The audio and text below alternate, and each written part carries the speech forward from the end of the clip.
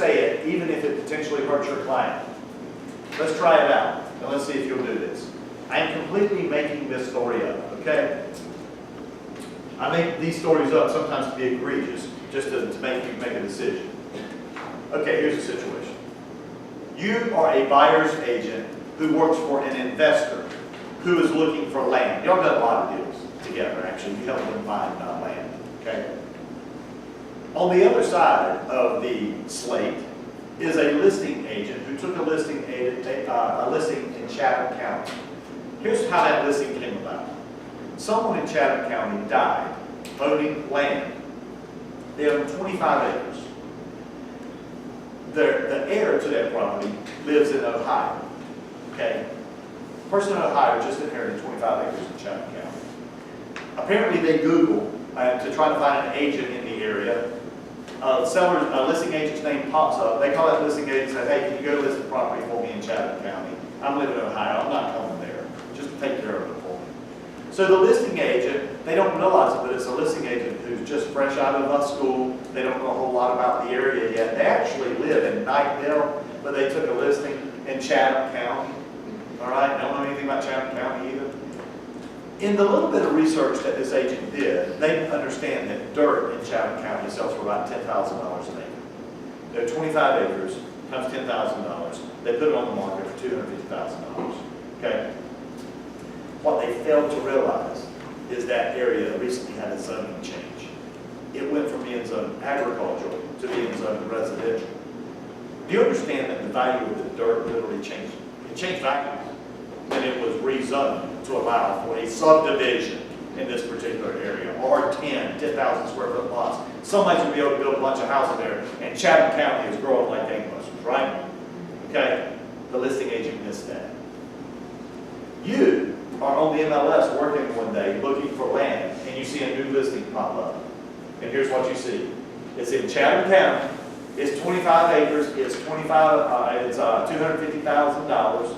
And, in fact, you know that it's zoned residential, but the MLS says it's zoned agriculture. Okay. Now, you're the buyer's agent. You pick up the phone. You call your buyer and say, we need to get over there and buy that thing quick before the price goes up. Have you done anything wrong? By the way, residential land sells for $25,000. That piece of property is really worth $525,000, not $250,000. Okay. You call your buyer and say, let's go buy the property. Are you wrong for not telling the listing agent that they have the wrong zoning in there? Yeah. I know this one sounds hard because you're thinking, oh, wait a minute, Chris. I work for my buyer. I work in the best interest of my buyer. Am I supposed to tell the seller how much to price the property for? No. I didn't say tell them how much to price the property for. I told you to tell them what? You got the zoning. The zoning is the material fact. Price is rarely, I can't think of any time where price would actually be the material fact. You know that the zoning is wrong.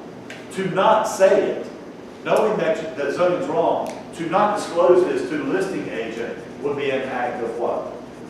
Willful, because you knew. Omission, because you didn't disclose. Okay? I doubt seriously that you would run into this case in the field, but that's what I mean by this. Once you know the fact, you have to disclose it. Do you have to tell them it's worth $525? No, it's not the price that's material, it's the fact that's material. I told this story in class one day. I had an agent who works for a commercial firm, and I finished telling this story, and this guy, he's been in my classes forever, and he now has his license. He's in a post-license class, and he hardly ever says anything in class. Most of the time, commercial agents don't talk a lot in class because we spend so much time talking about residential. But finally, he raises his hand, he asks a question. I said, okay, this is going to be good. Mark, what's your question? And he said, I sold a piece of property last month. He said, and now I'm wondering if I did anything wrong. I said, well, tell me more about the property.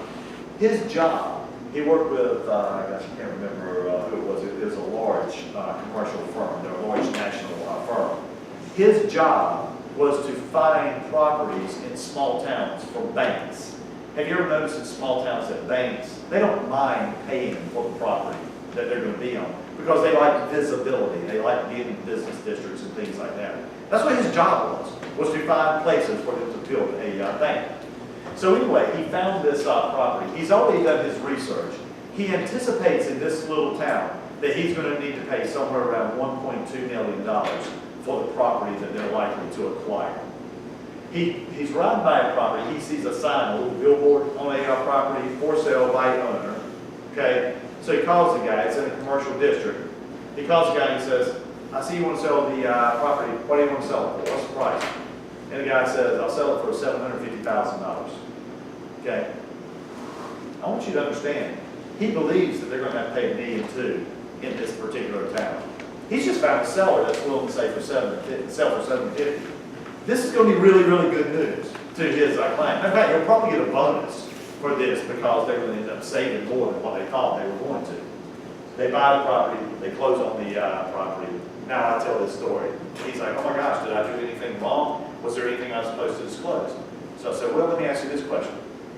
Do you believe that the seller understood the zoning, for example, the possible uses on the property? Do you think the seller understood that? He said, in our commercial contract, we actually have a spot on the contract where it talks about the use of the property, the zoning of the property, and it was zoned office and institutional, which allowed for a main building to be built there. Obviously, I don't have to tell him what I'm going to use it for. He just needs to know, even playing field, that what it's zoned for. Make sure that he's not making a mistake. He said, in our commercial contract, not only do we have that blank in there, we actually have the seller initial that they understand what the zoning is. I said, you've done nothing wrong. He's playing under the same rules you're playing under, okay? And so there was nothing unfair about that. So we talked about it a little bit as a class, and finally he closes it by asking me this question. He said, why do you think he sold it so cheap? And I said, well, actually, I'll open it up to you guys. Why do you think the seller sold it so cheap? Say again? I think that's why, right there. I don't know what the seller wanted to do with the money, but I expect he either wanted or needed money for something else. Ebony's answer was to make it liquid as possible. He needed money, he wanted money, I don't know, I don't care, I'm not his agent. But for some reason, he had a compelling reason to sell that property, and he knew by selling for $750,000, he would get bids much quicker. He didn't realize that somebody would be riding around town with a check for $1.2 million that day. And if you stay in this business long enough, that will happen to you. Just because something is worth market value doesn't mean somebody's going to show up that day and give you a check for it. By lowering the price, you might increase your ability to sell. He's done nothing wrong. Price is not the material fact. Everybody playing on a level playing field, knowing the facts. The zoning, in this case, is the material fact. Willful omission, knowing the fact and not disclosing. If the contract didn't have that paragraph in there, then it would have been warranted. It would have been, at that point you get more to, was there any evidence that he did anything wrong? The whole key is about, did the seller know? Were they aware? Were they misread? Did the seller think that it was something other than what it was? As long as we believe it was a fair transaction, my agent has done nothing wrong in that particular case. Yeah, and that's the way you'll find it most of the time. As long as we're both playing on the level playing field. Now, I may be a better negotiator than the seller. Well, that's his fault. He could have hired an agent for negotiation purposes, but that's not what we're talking about. We're talking about the materiality of the zoning in this case. Willful omission. And again, where are you studying these examples? Where are you studying the examples of these? Appendix A, written by the commission. Study them, know them, you'll be fine. Let's wrap this up by talking about a negligent omission. I love the definition of negligent omission. Negligent omission. You did not disclose. Why did you not disclose? Because you didn't know. But you should have, if you had been a reasonably diligent agent. This is the one that has Jen staying up at night worrying. She asked me the question about the underground storage tank a little bit earlier. She didn't disclose it. Why didn't she disclose it? Because she didn't know. Well, the question is, should she have known? Every house on 9th Street has an underground storage tank. Maybe she should have asked the question.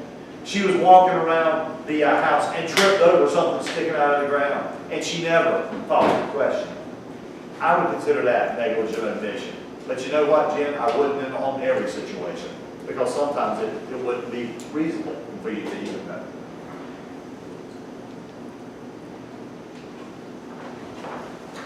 What do you think about those? You're going to do well on those on the exam? They're going to be level 3.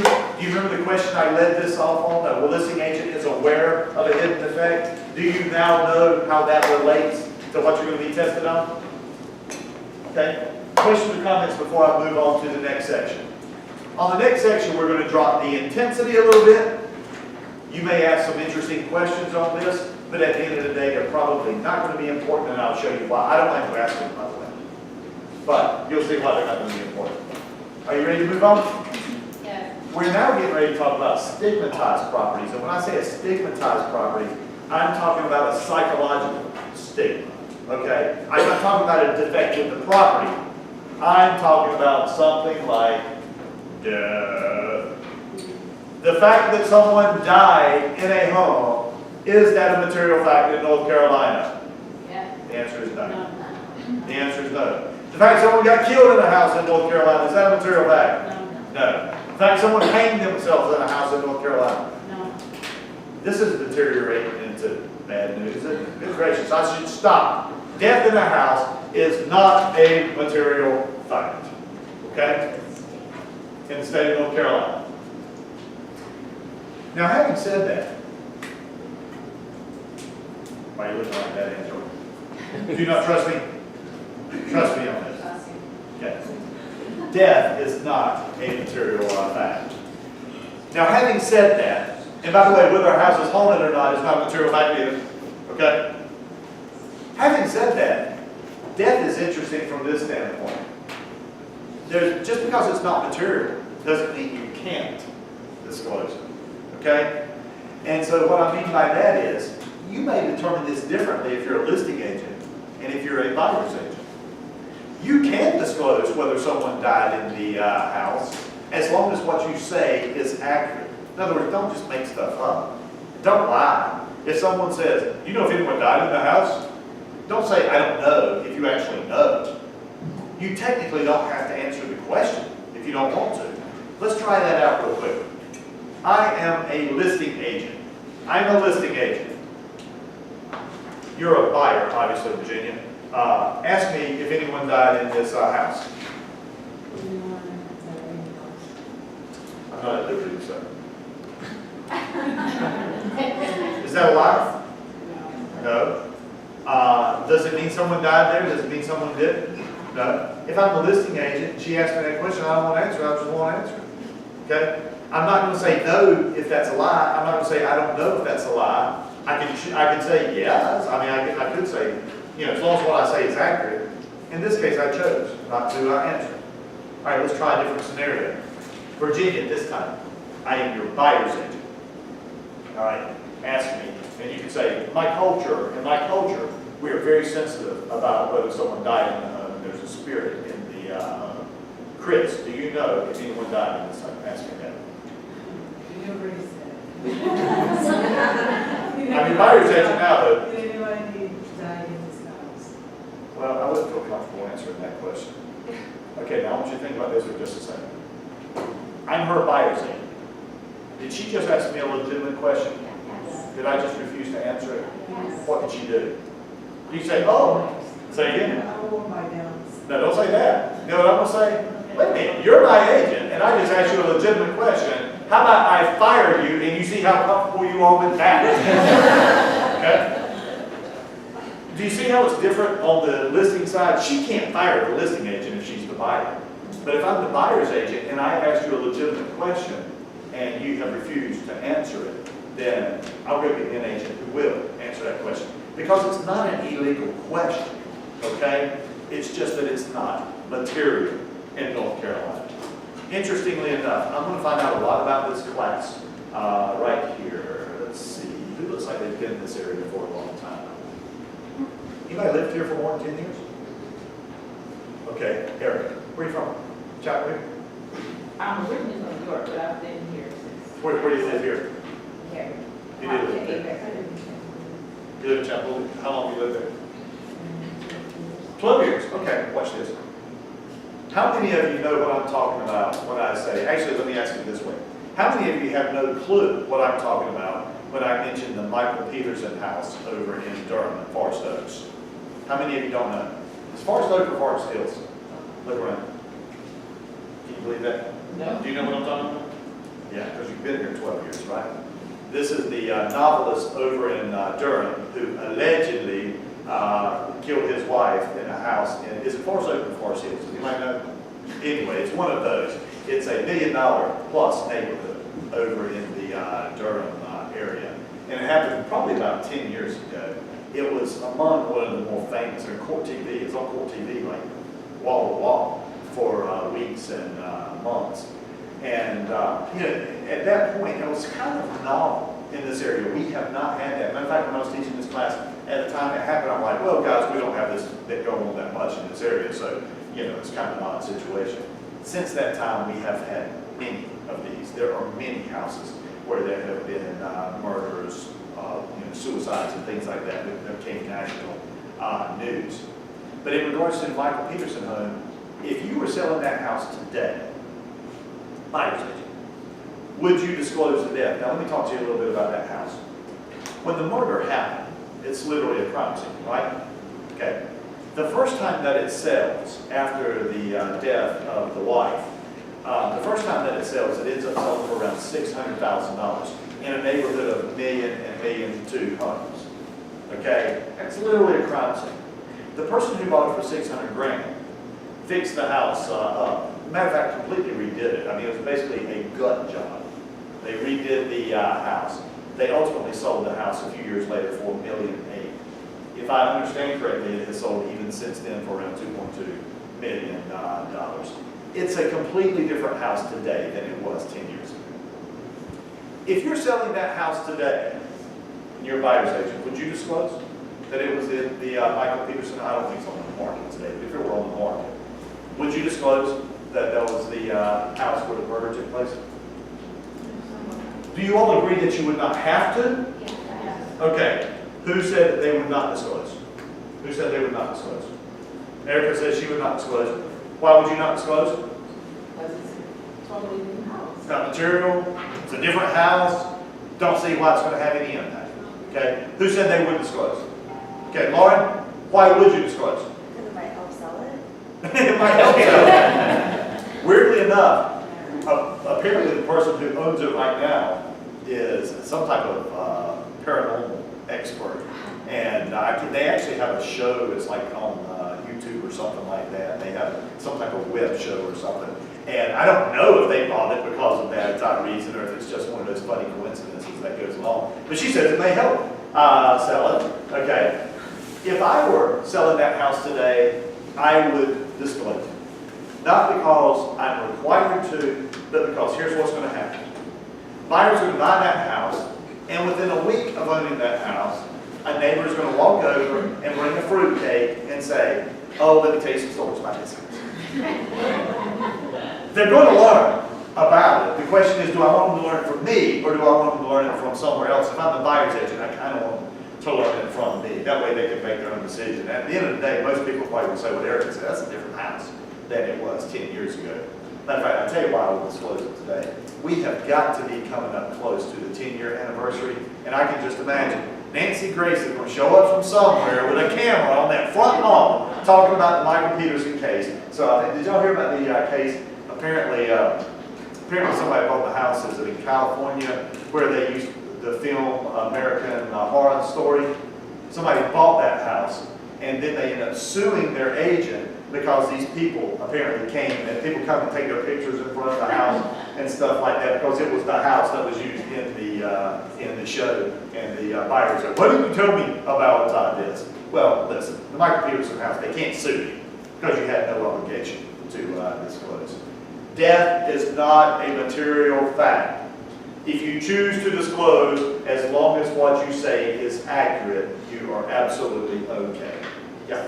So a murder occurs and it's the first time selling the house, you do not have to disclose that? Not a material fact. Wow. Not a material. You can choose to, but you're not required to. There's an exception to the rule. Notice the exception that they talk about, and the reason this is an exception has to do with fair house and laws. AIDS and HIV status is actually protected under as a disability under fair housing laws. If you know that someone in that house had HIV or AIDS, you couldn't disclose it even if asked. Okay, that it's a even if I knew my best friend lived there and never had AIDS or HIV, I couldn't even say no. It's an impermissible question for you to answer. It's protected under fair housing status. Interestingly enough, we're in the year 2018. On resales of houses, I can pretty much say you'll never get a question about whether someone there had AIDS or HIV. We know a lot more about it now than we did in the 80s. Okay. Apparently in property management, I've talked to some people in property management, they said occasionally it still comes up in property management. Impermissible for you to answer because it's protected by other laws. Okay? Not a material fact in North Carolina. What do you think about that? Doesn't matter what you think about that. It's not material. How about this? The presence of a sex offender in a neighborhood. Presence of a sex offender, material or not? No, not in North Carolina. The fact that there's a sex offender in the neighborhood, not a material fact. Could you disclose it? Sure. If you choose to disclose it, you can absolutely disclose it, as long as what you say is true. Agents actually do a really, really good job. Agents actually do a really good job of this. You do understand that there is a database of sex offenders, and because we can provide a web link to that, agents oftentimes are able to simply defer this. I would encourage you to be careful in how you use this. When you go into the field, talk to your BIG, talk to your mentors, talk to other agents about how they handle this. And my strategy would be either to always disclose, never disclose, or disclose only when asked. Okay? Any of those are acceptable. And here's what I mean by that. Always disclose. Anytime I'm working with a buyer, I give them a list of things to do for homework. Are you curious about where the airport is? Go to that website right there. You can find out. You curious about knowing about where 540s will go? Go to that website. You curious about knowing where crime statistics are? Go to that one. You want to know about perverts in the area? Go to that one. Okay? And what I do is I give it to all buyers. And I say, if you want to do your own homework, knock yourself out. Okay? And I do it with everybody. I don't just do it in neighborhoods where I believe there's a problem. Okay? I do it to all buyers. That way, I can say that this is unbiased. I can choose to never say it. But as a buyer's agent, I don't, that might not be a position that you're comfortable with. And some agents actually do choose. If someone asks me, then I will respond. Here's the website, go check it out. You're on sale. See what you think about this. I had some agents in a post-license class one day. There were 3 agents that were working together. Their idea was that they were going to get their license, which they did. They were going to form a little team. Actually, it was more of a loose association. But the idea was they always had each other's back. They were all young mothers, and as mothers, they were kind of running their kids all over the place as well. But the idea was with 3 of them, somebody was always available. Okay? Of these 3, one of them was a fantastic salesperson. One of them was an interior decorator, and the other was like a business planner. And so they had a really neat combination. This is a good idea that they have, and it's working for them. They take a listing. Let me tell you about the listing that they took. The neighborhood they lived in was about a $750,000 to $1 million neighborhood. Directly adjacent to it was a step-down neighborhood around $450,000 range.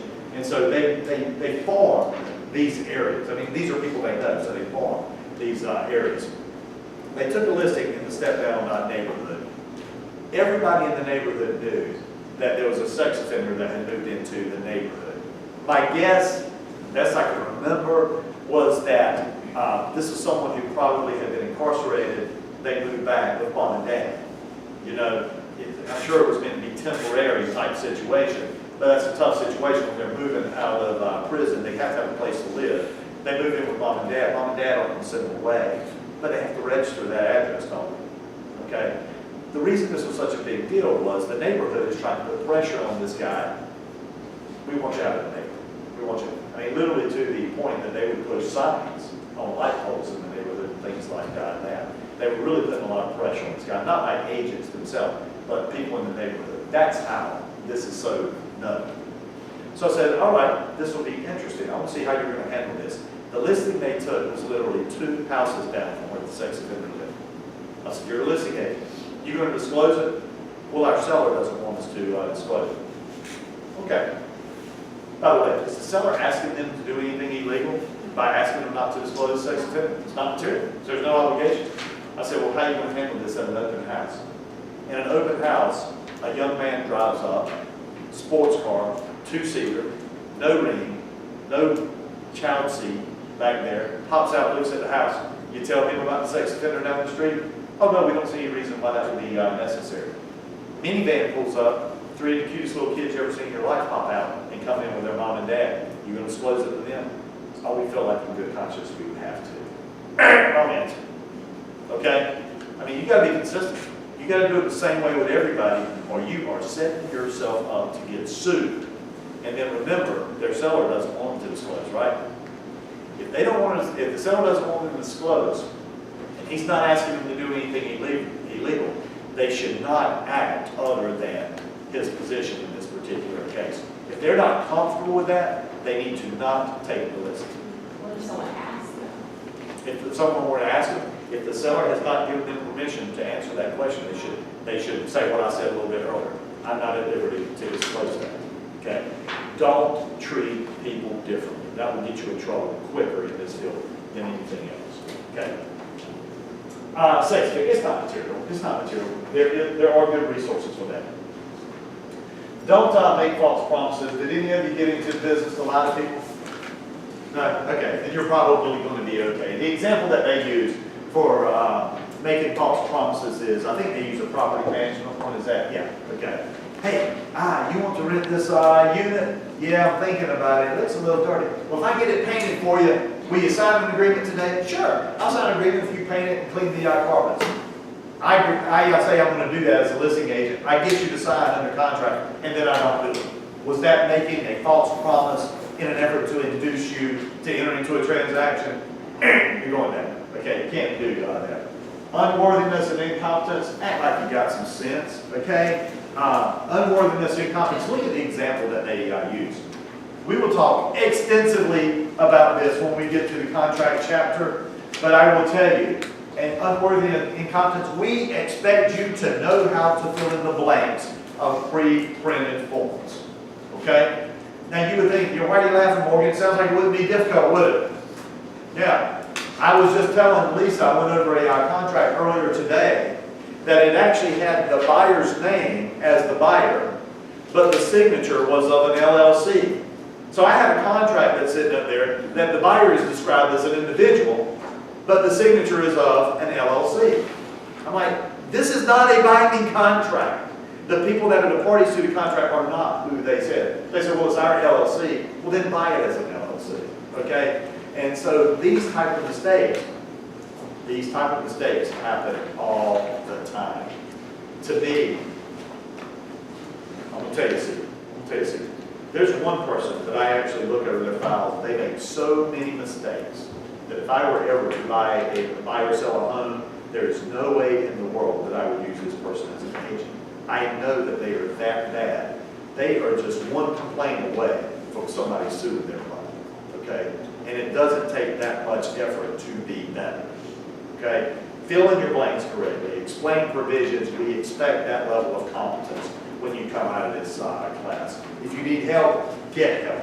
Don't draft contracts. I don't need you doing that. We have attorneys for that. I need you to fill in the blanks of pre-printed forms and do it correctly. It's not that difficult.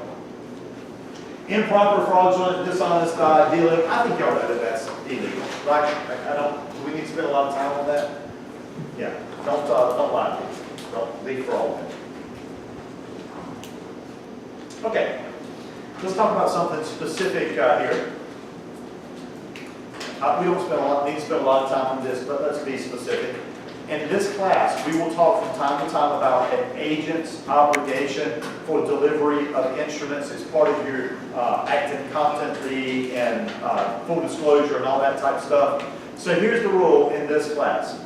If you have a written instrument, a contract, a agency agreement, a copy of an agency agreement, a settlement statement, anytime the rule is about delivery of paper, it has something to do with 5 days. But here's what the actual rule says. Agent, you should deliver all instruments immediately, but in no cases greater than 5 days. Now we are living in the 21st century, and most of real estate transactions are being done digitally, there's almost no reason, there are very few cases where you couldn't deliver instruments immediately, okay? I just send you a digital copy of the instrument that you signed. That can be done instantaneously. Matter of fact, we work with a system called .loop, and what happens is it can share documents instantaneously once they've been signed, okay? So instantly, but no greater than 5 days.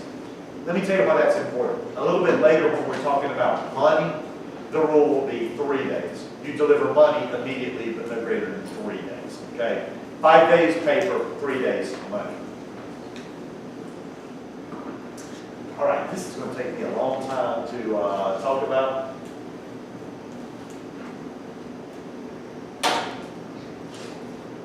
We're going to talk about it, okay? I don't want you confusing yourself with the notes. I want to talk about something very specifically. Where you are in your notes is the right place to take notes, so, okay? We're getting ready to talk about, guys, back on, I turned off too quickly. It probably says something like this.